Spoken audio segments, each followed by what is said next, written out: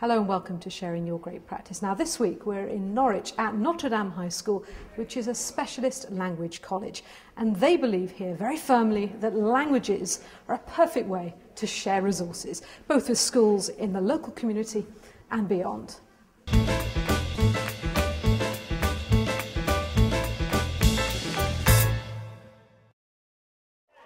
It's hard not to be impressed by the energy in language learning that this school demonstrates. Now for the teachers, their commitment goes far beyond the school gates.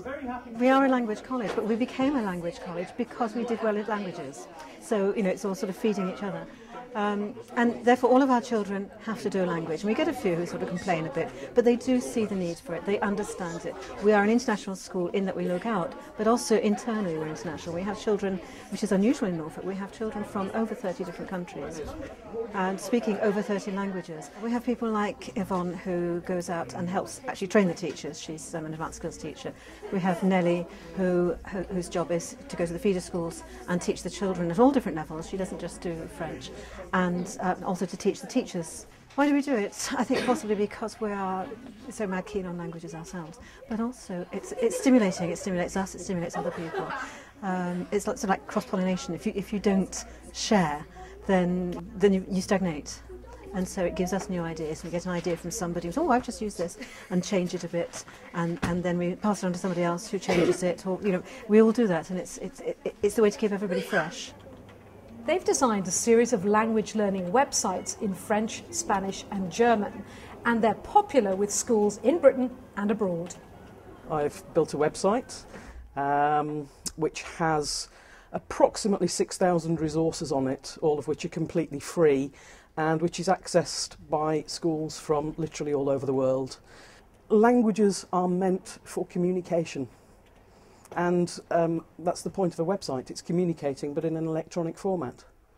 It's personalising the learning for them, so what we teach in class corresponds to the activities that are on the website. And it also means that they're able to use it for revision purposes.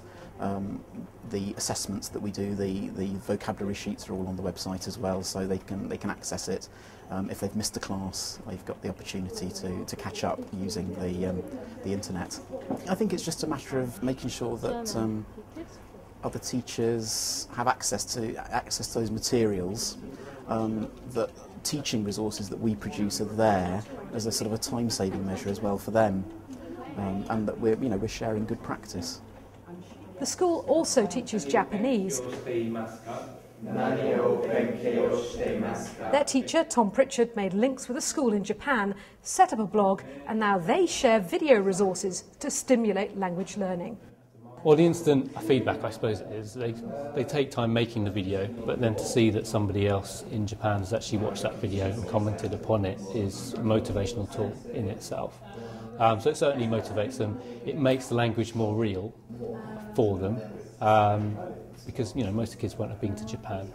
So it's good to see Japanese people reacting to their own Japanese, so they can tell that it works. They can tell they can communicate with that language. Now this confidence in teaching languages has led to the school investing in a full-time teacher who visits around 10 feeder schools in Suffolk and Norfolk to support primary teachers in teaching languages. On the one hand, it's a great asset for the teachers on site, because obviously they can observe some other lessons and build up on their bank of resources and get some new ideas they could try out at a later stage. And on the other hand, it's very, very useful, obviously, to increase the students' confidence from an early age. Right after each lesson, usually we exchange some resources, whether it is PowerPoint or some copies of different materials. Now, obviously, in every single lesson, I always support the lesson with lots of ICT materials, so I can always guide them where to find information, where to find interesting websites. That's one of the way.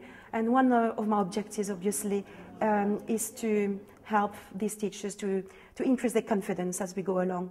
So usually they observe the lesson and then have a go by themselves during the week. Sharing resources works at so many different levels at this school. Not only is it about sharing material resources, it's also about sharing confidence in teaching. Part of the ethos of the school is community-based, and that extends beyond the parameters of the school fence. And it's crucial that we feel not only that we can contribute, but people see that we're contributing to the development. Yes, we would like the students in Notre Dame to do very well, but actually we would like students in any school to do well. And if we find something that we do well, why not share it? And more importantly, it gives us the opportunity to go into other schools to see what they're doing well. And many of the initiatives that we have at this school are based on things that fortunately or colleagues have seen from actually just going around and seeing other schools. I don't think we can do enough of just going in to watch each other teach. We're always looking to improve what we're doing. We're not prepared to stop and stand still. We really want to ensure that the students get the best that they can when they're here. If you want to share resources with other schools at home and abroad, here are some top tips from the staff at Notre Dame School. Sharing teaching expertise will give you as much back as you give out. Every school community is different, so be sensitive to what the other school needs. Listen and assess, and then suggest materials. Setting up websites and blogs is a perfect way to share resources with a global community. Use your learning platforms to share materials, and remember to listen to your own pupils, because resources that work for them will most probably inspire other children. To find out how you can take part in sharing your great practice, then visit the Teachers TV website and find the Sharing Your Great Practice page.